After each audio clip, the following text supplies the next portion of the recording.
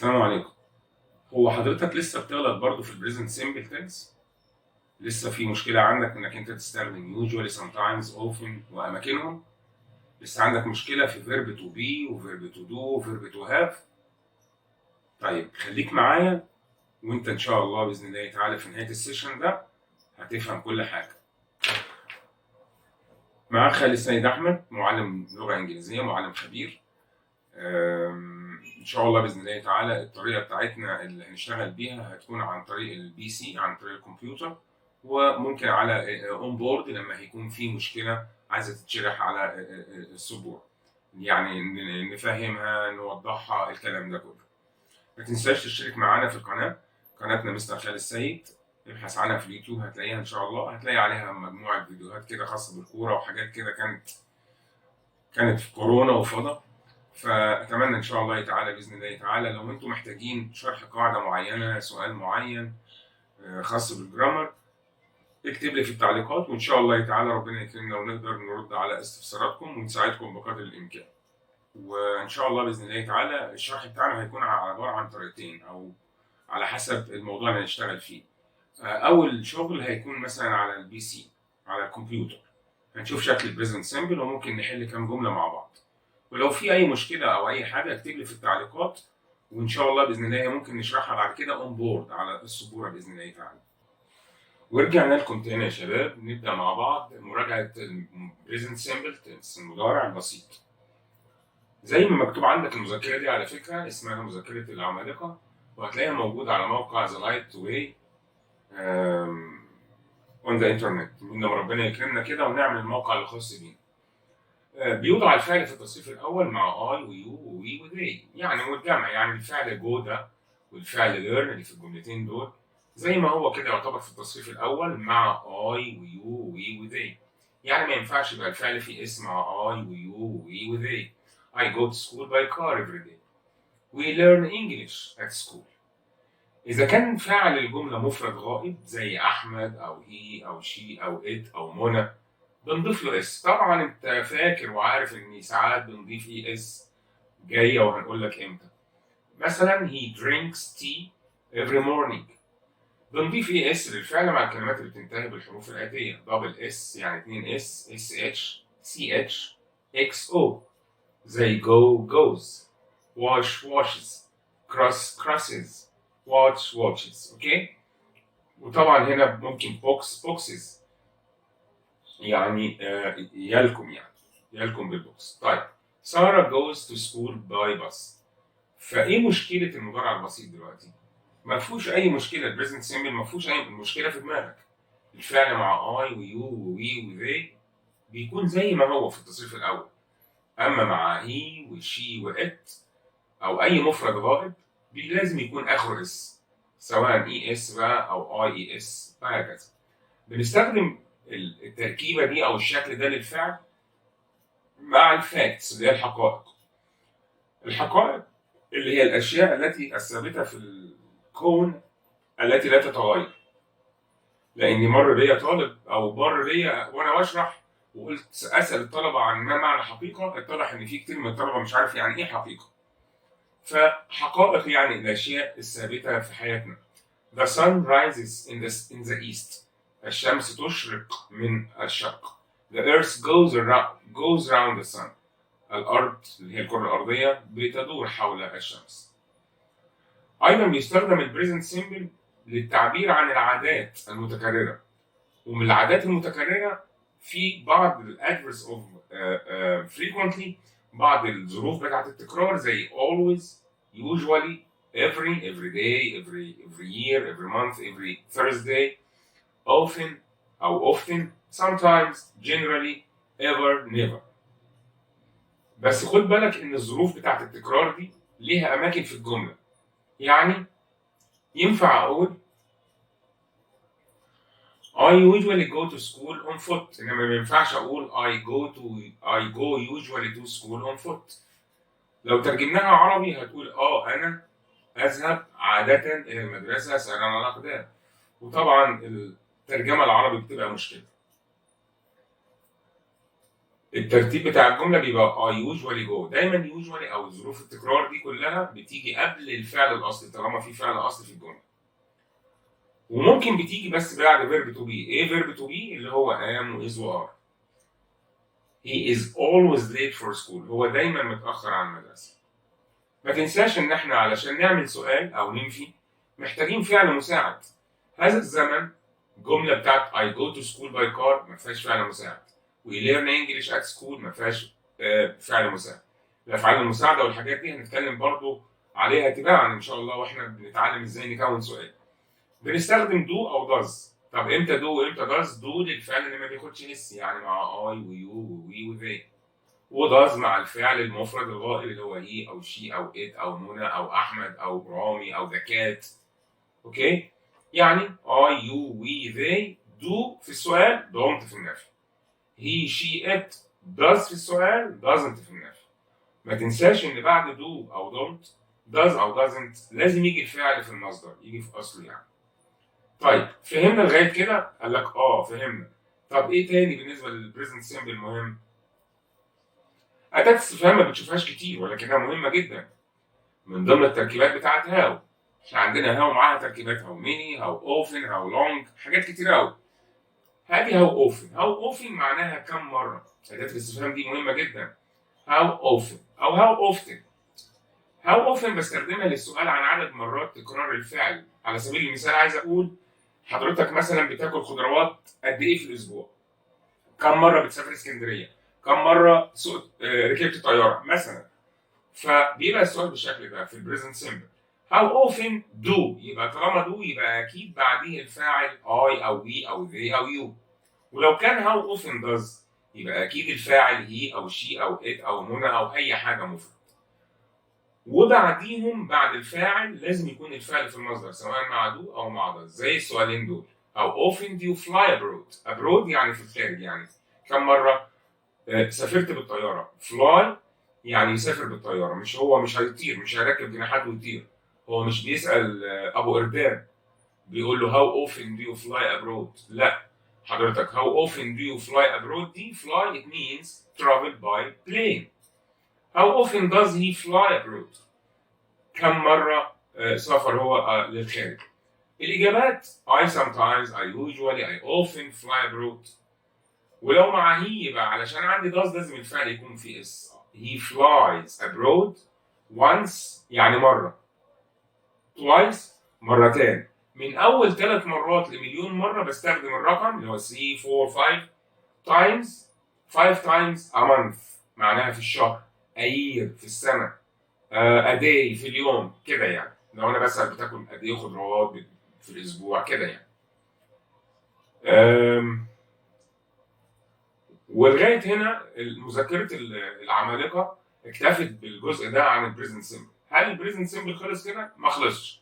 بس طبقا للمعلومات اللي احنا قلناها حاليا اللي هي الفاعل المفرد اللي بياخد اس والفاعل الجمع اللي ما بياخدش اس والسؤال بدو وداز والنفي بدونت ودازنت وراهم المصدر والتعبير عن الحقائق والكلمات اللي هي ظروف التكرار.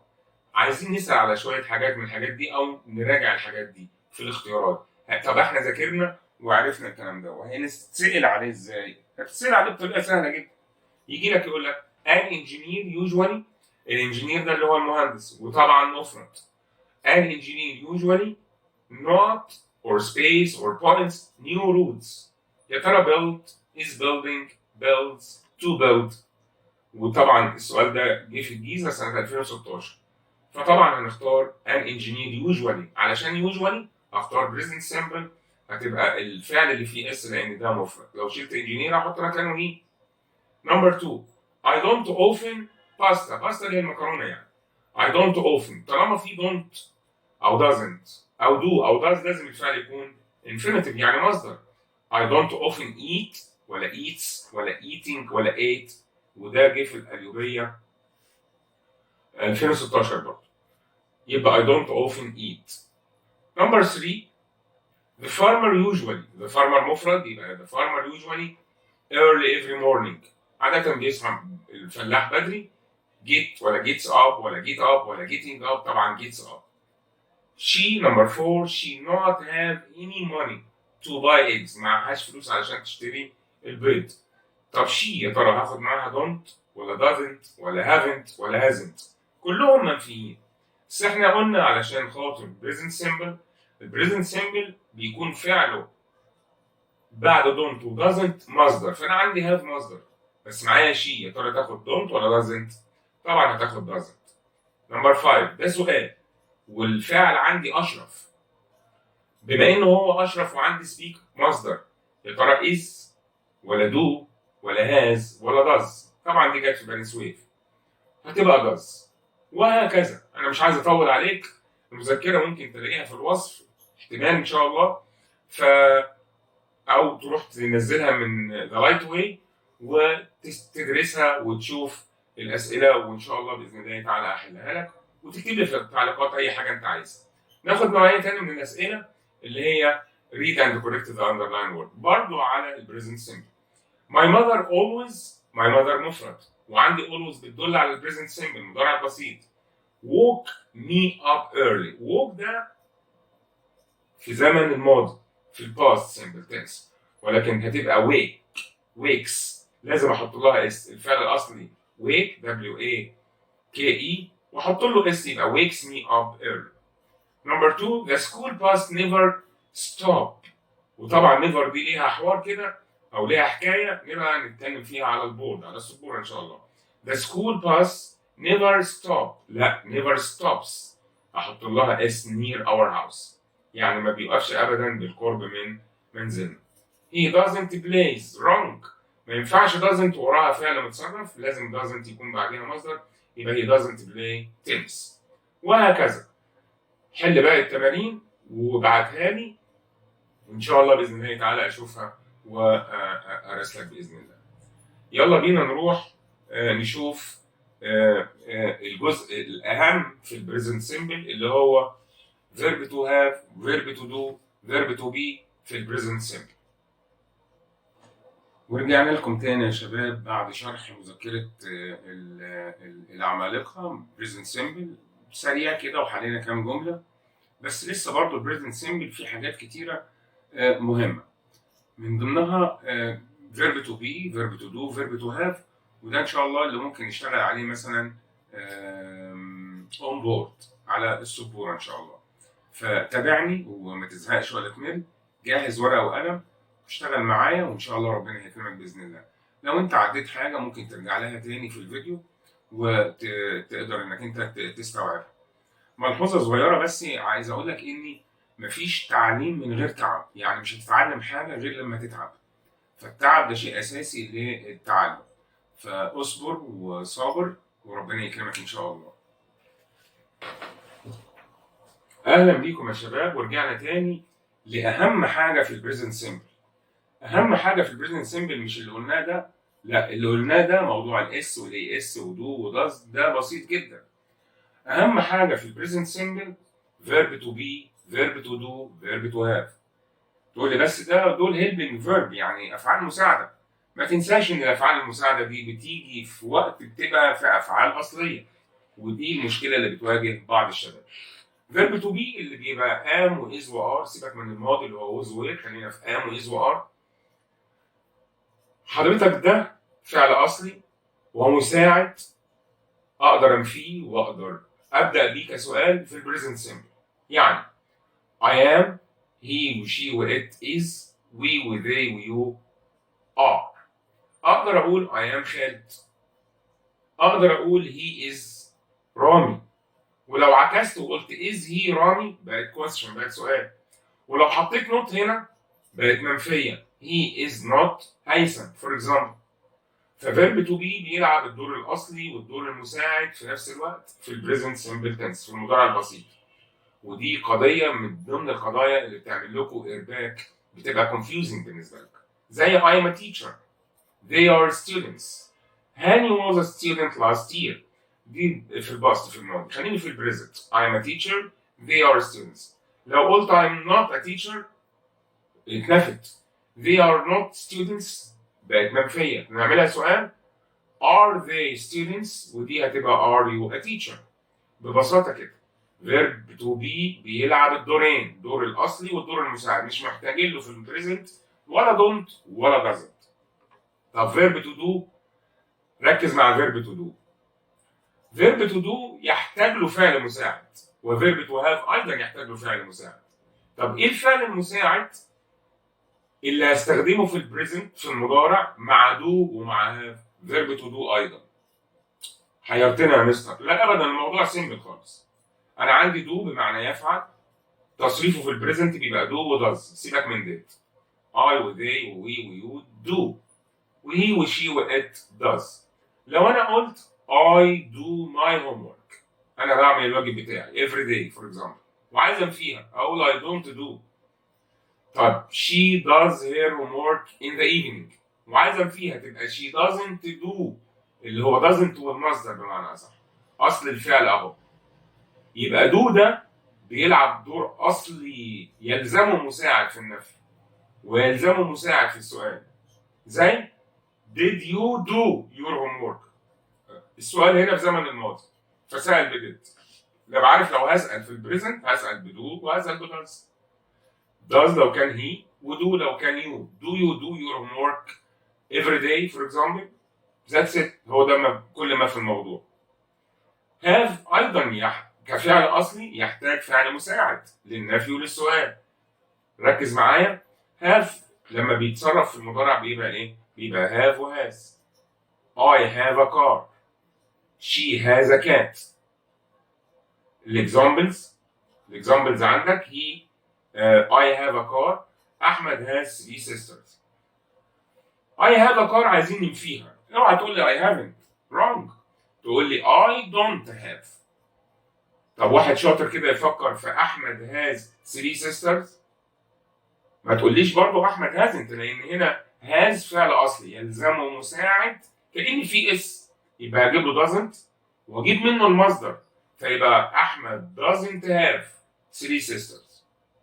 أتمنى إنك أنت تكون استوعبت الكلام ده وفهمته.